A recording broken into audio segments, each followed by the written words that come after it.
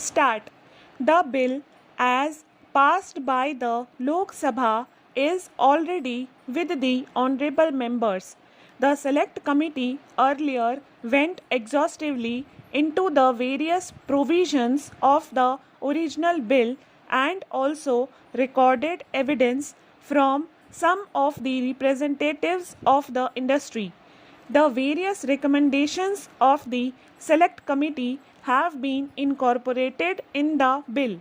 In addition, the wishes expressed by some of the members of the Lok Sabha that provision should be made for election of some of the representatives of growers and nomination of certain other representatives in whose case due to lack of proper organization election is not the best means of choosing the representatives have been incorporated in the bill.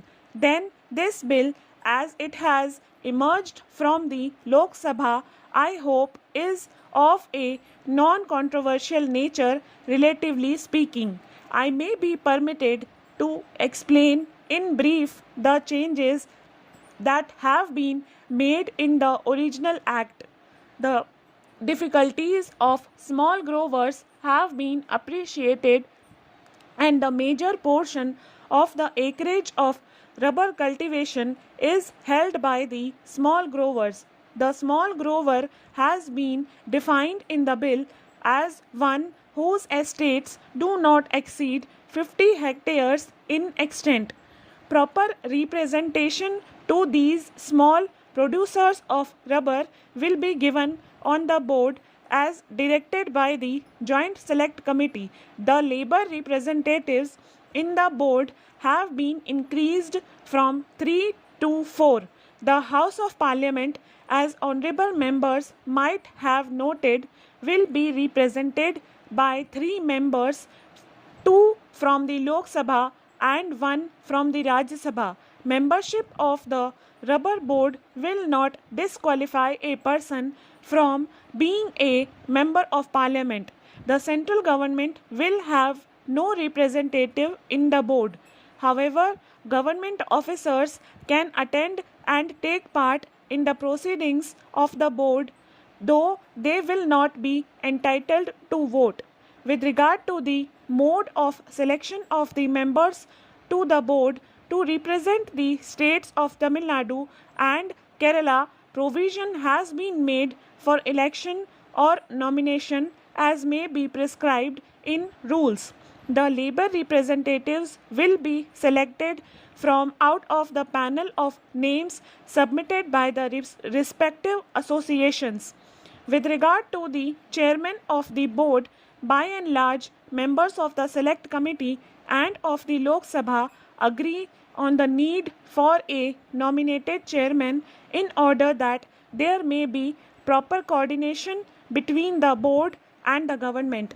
An important provision has been made in the bill to enable the board to take steps to secure better working conditions for workers engaged in the rubber industry and to see that they are provided with amenities and incentives. I should also like to tell the House that the present production of rubber is about 22,000 tons a year. The demand is increasing every year while the supply is not keeping pace with the demand. It is proposed to fill up the gap over the short period by importing rubber and over the long period by implementing the scheme for the development of the rubber industry. The bill, when passed, would enable the board to import rubber and a provision has been made as to how any profits that are made out of this import of rubber should be utilized.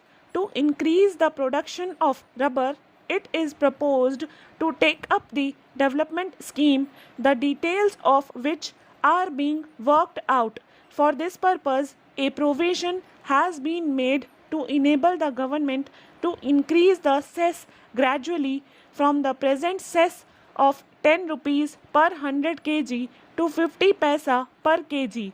It appears that at present the small grower is at a great disadvantage as far as the marketing of his rubber is concerned. This problem is rather difficult to solve. Provision, however, has been made for the rubber board to take up marketing of rubber also. It is hoped that the new board will be able to tackle the problem of the small grower successfully. It is hoped that the board with such control and advice that government can give will be able to render useful service to the rubber industry.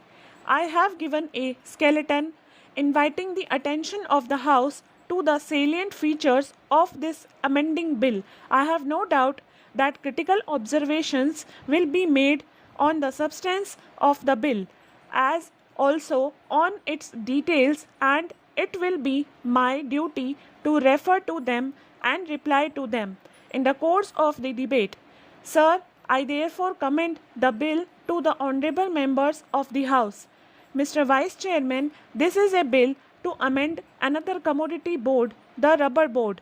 We are now having various boards for the development of tea, coffee, silk, and now rubber.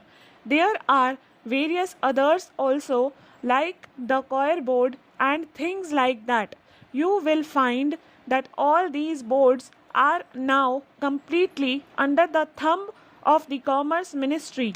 The initiative has been taken away from private enterprise and has been passed on to the bureaucratic machine. Stop.